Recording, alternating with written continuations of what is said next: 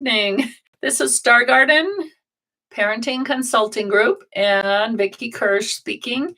And I'm going to begin with my Rudolf Steiner verse, which I love. And it is, "May my soul bloom in love for all existence" by Rudolf Steiner. Now, tonight, as you may know by the title, I am speaking about the Advent Festival and how to enrich your family life. And I will be speaking about at least 3 points. The first one being how it's celebrated in a Waldorf school, and then the deeper and symbolic meanings of it and how you can create that in your own family life. So, sorry, I'm going to get settled here. So, to begin with, in my talk about festivals, I spoke about Mother Earth as a breathing, live being. That's why we call her Mother, for one thing. But Mother breathes out and Mother breathes in, just like we do. And we breathe, many times a minute. Mother Earth breathes out in a yearly cycle. So she breathes out in the summer, and at the equinoxes, she starts to breathe. At the fall equinox, she starts to breathe in. So she's breathing in right now. And she isn't, her in-breath is not at its deepest place. It reaches that at the winter solstice, but she's breathing in. And that symbolizes for all of us that we're all coming into ourselves. We're coming into that deep inner part of ourselves. We've spent the summertime out in the cosmos gathering the rays of all the higher beings and their intelligence, their wisdom, their love, their joy, et cetera, et cetera. And now it's coming into us to help inspire us in our own inner development. So we're in this constant relationship between Mother Earth and the rest of the cosmos. And so we're coming in. And as Mother Earth comes in, her being penetrates the spiritual layers of the earth. And so we come to the time of Advent, which is generally 4 Sundays before Christmas.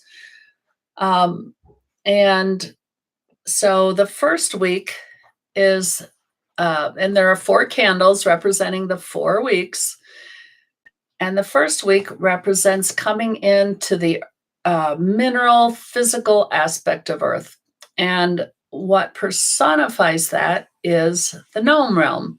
So in my little puppet show, and hopefully we'll get that posted for you here sooner or later, in my puppet show, the little gnomes have created all the crystals and the seashells and bones and all the mineral substance.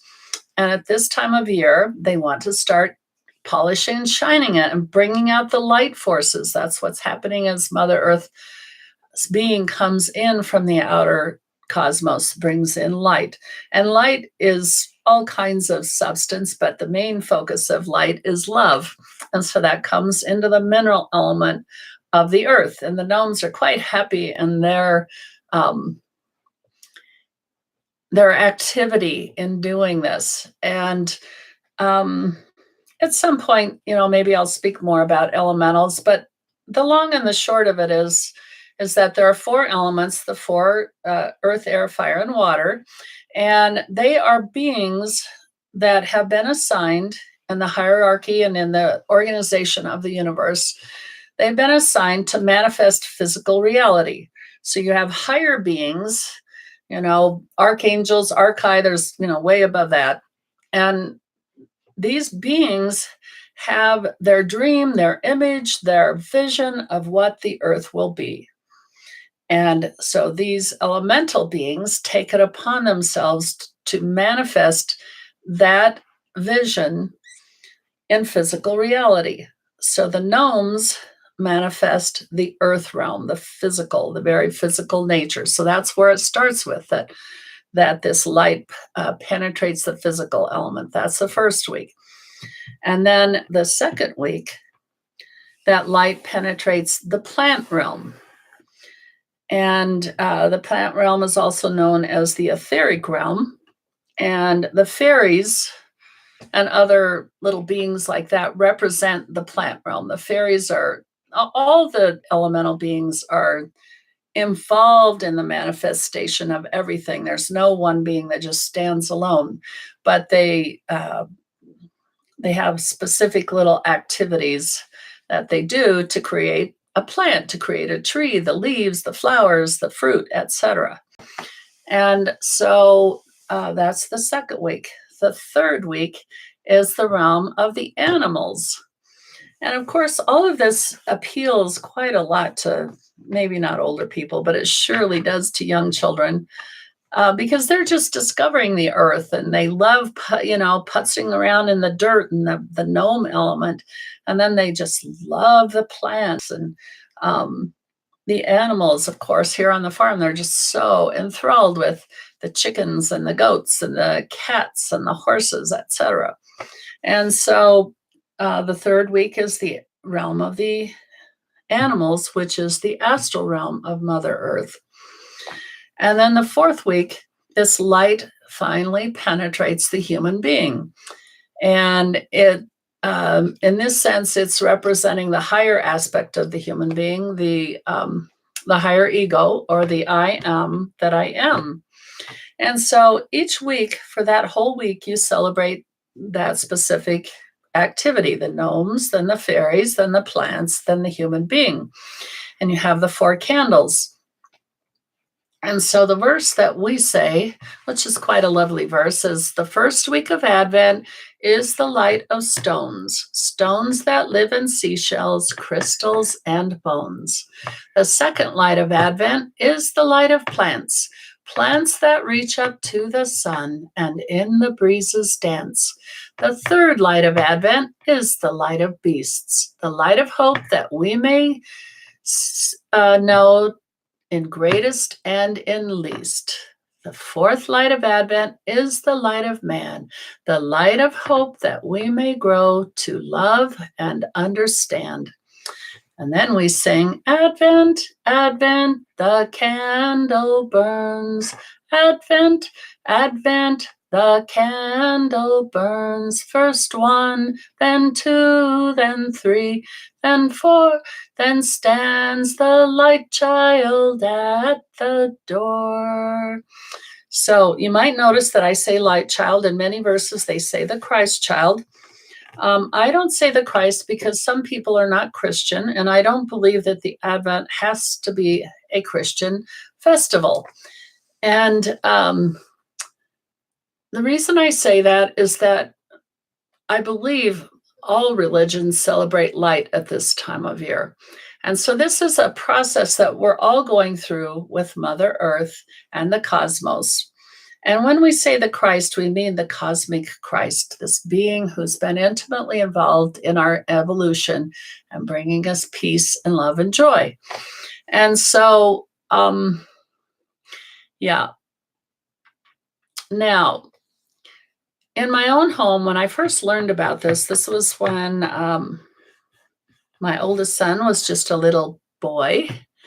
And I was so enthralled with the festivals because they really matched my experience of the earth. I lived outside a lot, lived in nature, and I could feel Mother Earth. I could feel the reality of her going out into the cosmos. I lived in the north and I could see the aurora borealis and I could feel all that energy coming from the cosmos. So it just spoke to me very deeply. And I love the fact that you could manifest this in your own home in the most simple way, but that it's deeply imbued with cosmic meaning. And so I started right away to establish it with my children. And so in the beginning, I had a wreath with 4 candles, and then you light 1 candle the first week, 2 candles the second week, and so on.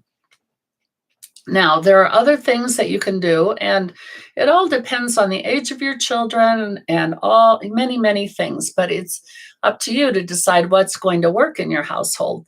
But a few of the things that I did when my children were younger was that I had this little, it was a ribbon that you put the half shell of the walnut, and then you have a little treat behind it so that every day they open that. And, little little treats, little gifts, something to celebrate, and the songs that you can sing, the songs that are meaningful to you, besides the Advent songs. And there were quite a few that we sang, and it's very interesting with my children now that they're grown adults. When we get together around Christmas time and we sing them, they just remember them automatically. And I find that just a wonderful thing, that that memory lives so deeply in you and connects you to the reality that we all go through of this time of the year. And so that was a couple of things. And then there's what's called an Advent calendar, and there are many of them. They're the commercial ones, which, some of them are a little hokey, but you can find nice ones. And then Waldorf often used to have Advent calendars. I haven't looked recently, but I found one that I used for years and years. And so that also became a repetition, because for the young child, and for all of us, in a certain sense, it's very helpful to have repetition, to have rhythm, to come back to the same ritual every time of year. Just deepens it in yourself. It's the spiral of life. You start out here and then you just get higher and higher on that spiral as you mature. And so to experience it at birth, and to experience it at 1 year, at 2 years, and to have it to be similar, a kind of a ritual is it's really helpful to children. And my rituals took, a little different ways over the years. As they got older, we didn't have the little nuts to open, and then eventually we outgrew the Advent calendar, and it just came to be that we would always celebrate it as they became more like teenagers and too busy to be with their parents, that we would celebrate it on the weekend and on a weeknight if everyone is around, and we could just do it. But it was still remained a beautiful thing in all of our lives. So yeah, that's a little bit to know. And another thing to know, I think, is especially the younger the children are, they so much want to participate in your life and what you're doing. They want to imitate what you're doing. So, for instance, you might, if you're going to do a wreath, and by the way, now what I have is a brass candle holder. And some years I decorate it with greenery, other years I decorate it with ribbon and glittery things. I do a little bit different every year. But nonetheless, when they were younger, I would go out and cut greens off the trees in the yard, and they could cut with me and find little pine cones and bring it in and build the wreath or build the decorations around the brass holder. And then the first week, you put minerals, so crystals, seashells, even bones, if you have some beautiful little bones to put around there. And the children can bring things from their own little treasures. Children love to collect rocks, and the most simple rocks mean a lot to them. So they put that on the first week. And then the second week, I most often will buy a poinsettia, but you can do anything. You can put a rose there, and let your children help with that. And then they get to water the plant and take care of the plant. And then I have a little gnome for the first week, and a little fairy that I made for the second week. And then the third week comes the animals.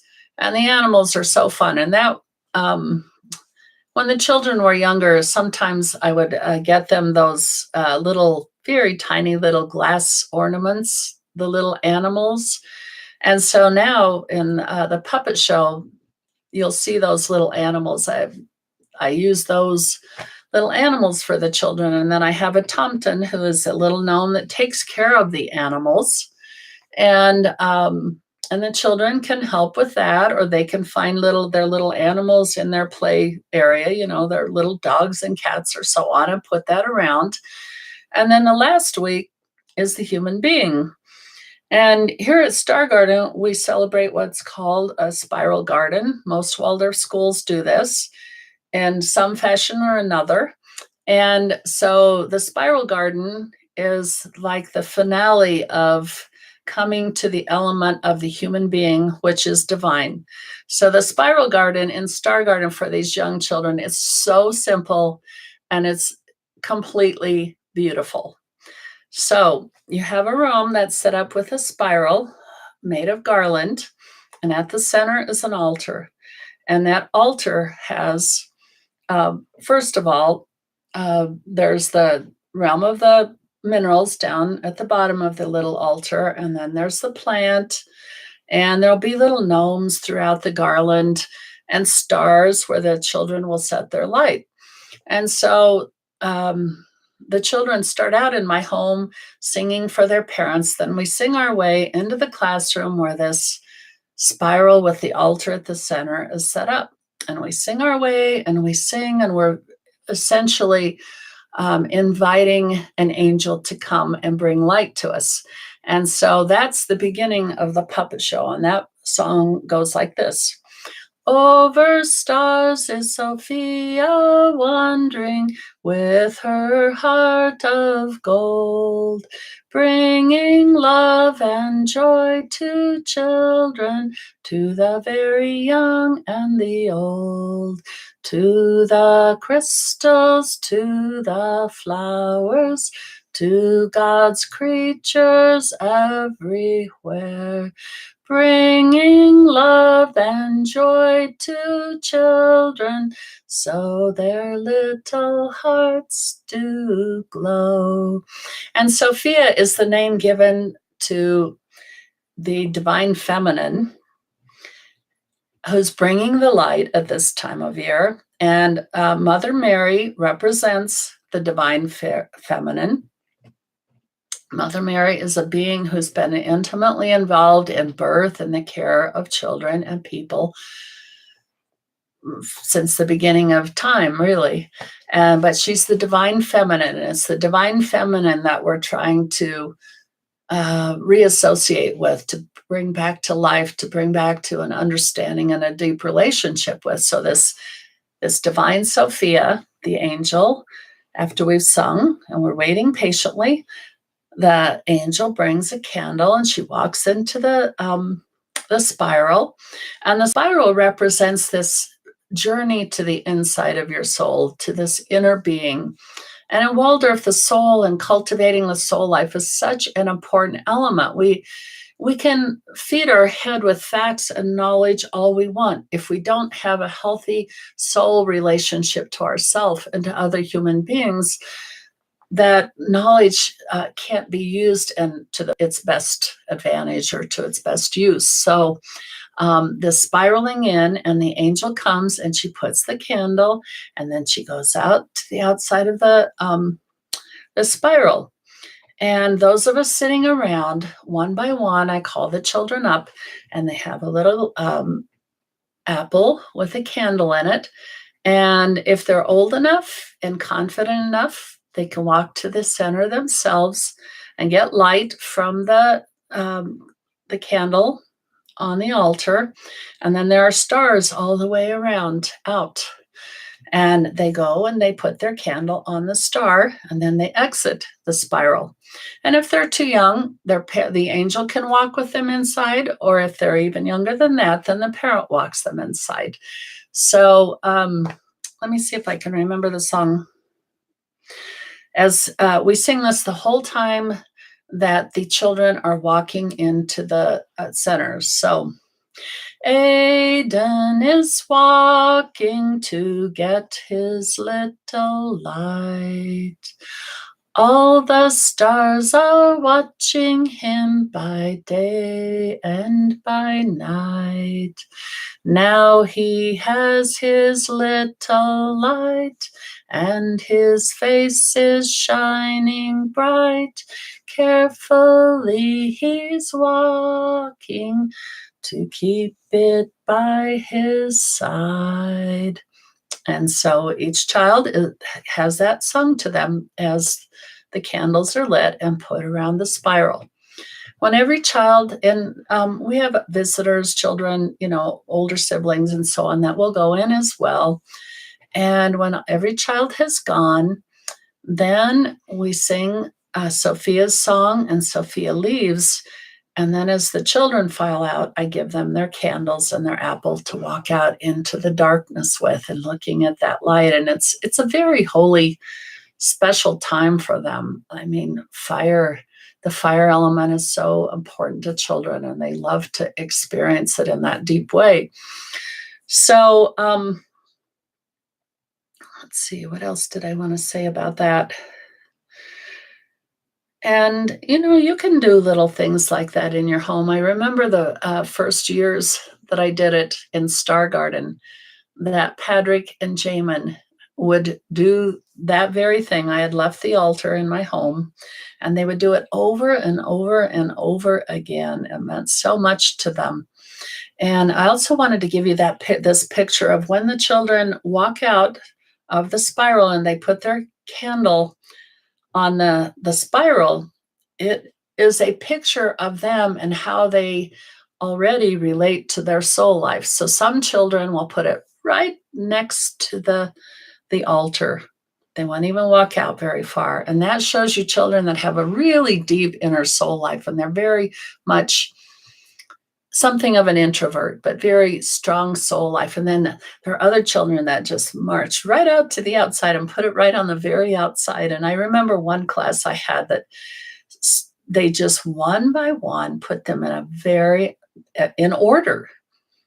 And they were a very cohesive group in the way that they had connected to one another. So you get to see pictures of who they are as they go in and out. And it's a very beautiful celebration. And the whole time of year is very beautiful. And of course, the room is dark or nearly dark when you're lighting these candles and singing. And it can grow and change over the years. You just see what's going to be most appropriate for your child and ways to involve them. So that is the Advent celebration. And to me, it's one of the most beautiful times of year, one of the most deep and beautiful celebrations to do with children. So, and let me see if I see any questions or anything that I should respond to.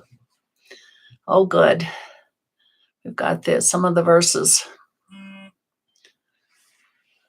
Let me see what that is. Got to find my messages. How do we help the children understand what Advent is about? Are stories the best way to explain it? In a certain way, when you're young, you don't have to understand everything with your head and with your consciousness, just the very deep experience. And the children very inherently understand the elemental beings. That's why they're so happy in nature, putzing around in the sand. You give them water and they're on seventh heaven. You have them build a little fire and do things with the fire. They love the elemental world. So in a certain way, and this is true of everything that a young child goes through. We feel that we must make them understand everything when they have a deeper inherent understanding than we can even imagine.